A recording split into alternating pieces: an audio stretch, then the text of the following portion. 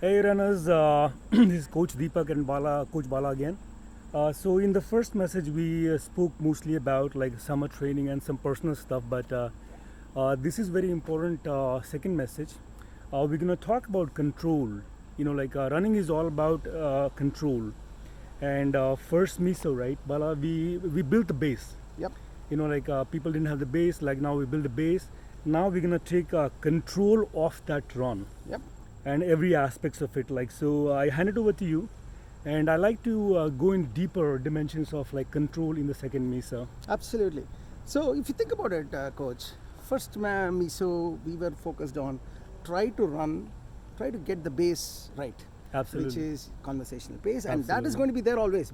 Just because you're talking about higher stuff, base still exists, right? If you're building a multi-story building, still the basement and the foundations are needed. Foundation, right? It's just that you're building more and more stories on top of the base. That's Absolutely, all. absolutely. So we're going to always have that. Having a fantastic CP is needed. Absolutely. And that's a lifelong journey. It's not just because you can't master it in just one season. We are still trying to, improve on it. Talk to me about that. Exactly. We are still trying to improve on it. We're still trying. Right.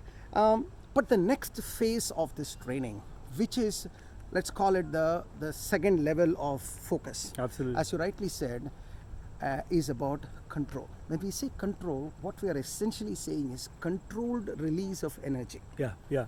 Okay, that's what we mean by control. Absolutely. And in the last week walk with the coach, I was talking with Sonali and I gave that balloon example, right? Where you're slowly supposed to release the control. Absolutely. Now, this time I want to talk about how does that look like on a run. Right. And what are the different levels of control that we should be thinking Perfect. And, Coach Deepak is a master at it. He's a student of it. I'm a student And first, he believes that is the only metric he believes in. So Yeah. it's a perfect combination for us to talk. So, Coach, what I'll do is I'll provide the 3 or 4 levels of control. Yeah. And then maybe you can add your I comments can on elaborate those some things. like what I do for that. Yeah. Exactly. So when I talk about control, guys, as I said, controlled release of energy. The way to think about this controlled release of energy is not like there are like 3 or 4 steps of control that we need to get to. And I would like all of you, especially new runners, to go through the individual steps. Don't go to the 4th step immediately, because it's not about just hitting well on the 4th step, Yes. but also understanding what every Yes, step is. yes. So the first level of control is making sure your first mile is the slowest. That's it. Perfect. Yeah. You would think, what is the big thing in control there? When you have all the energy, running slower than what you're capable It's of harder. is super difficult. Go and try it out. I know. If you were, let's say you're doing a 3-mile run, Yes. and let's say your base pace that you've trained is a 12-minute pace. I know. Force yourself to run 14 minutes the first Exactly. mile. You will Hard, see it's how hard. hard it is. It's hard. You feel guilt. It's like what I'm doing. Your energy is at maximum. Absolutely. You feel so good, and Absolutely. you can't run, and it frustrates you. That's the Absolutely. first control, level 1 control I Level want one, to yeah. see. And starting next week, we as coaches want you all to see that. Very important. First Very mile, important. slowest. Yeah. Level 1. Very important. Level 2. First half of the race. No, not the race. First half of the run, The run, yeah. slower than the second half of the run. Absolutely, yeah. Okay, Absolutely. that means you run a 4-mile run. First 2 miles you run in 20 minutes. Yeah. Let's say. Second 2 miles you run in 15 minutes. 15 minutes or like Whatever. 17, yeah. The first half is Absolutely. slower than the second half. Absolutely, well said. This Yeah. is called as reverse split. Yeah. Okay, do a reverse split run as a second level after nailing the first one. Absolutely. And if you think about it, for you to do reverse split, you need to have the first mile the slowest. Otherwise, First mile, yeah. it becomes very difficult to do That's, reverse split. very well said, Bala. Yeah. Right? That's the second level. Yeah. The third level I want you all, once you've mastered the second level, the third level I want you to do, which is super famous in RHWB community, is progressive reverse split. Progressive reverse. That Super means important. every mile is faster than the previous mile. Yes. So, coach, give me an example of a progressive reverse split of a 5-mile run. How would it look Sure. like? So, like, for example, right, first mile can be maybe, like, say 13. Okay. And what I do basically is like I sent my scale in the beginning. Okay. So I know like what to control, and basically I can feel the energy. Okay. So second mile can be maybe like 12:30. Okay. And then like basically 30 seconds progression, Okay. which looks like a little bit aggressive. Okay. But like you can set your own scale on that, by the way. Okay. So I do like 12, 30-second mile. Then I'll go maybe like 12, 15. Third mile. And then go maybe like 12.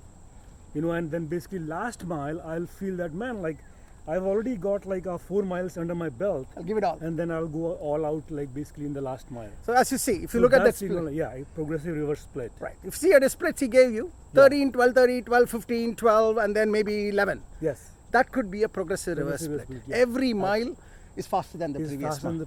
And I feel good because like I feel that I have a tool which I learned to like control my energy. Correct. Like without even realizing it. Like now I'm at a point like where I don't, even if I don't have a watch, you know what speed you're running. Tells me. Exactly.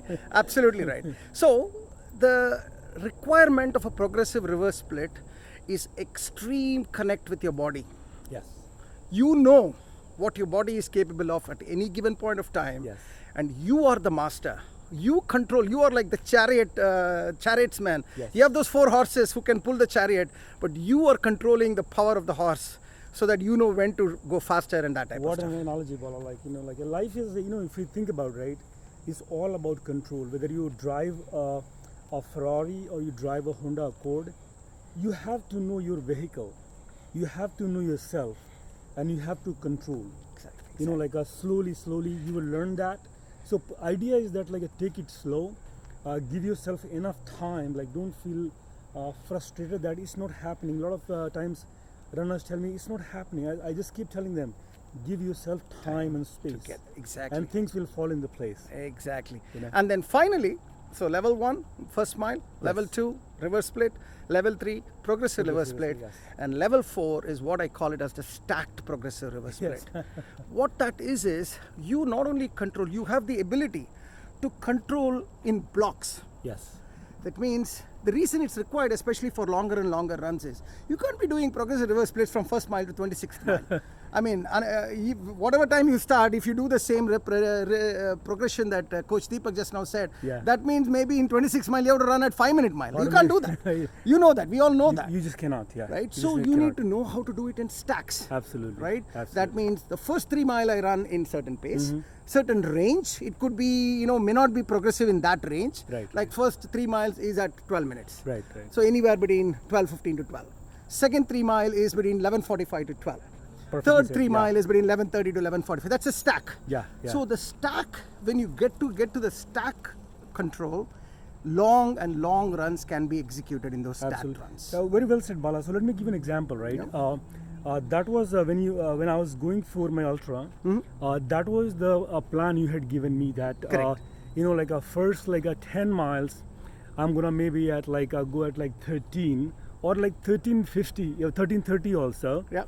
And then first 11 mile 11 to mile 20, I increased the pace a little bit, and then basically I kept stacking. I see. It's like a Tower of Hanoi kind of thing. Where 2 actually discs are of the same size, or 3 discs are of the same size, and I stacked it up.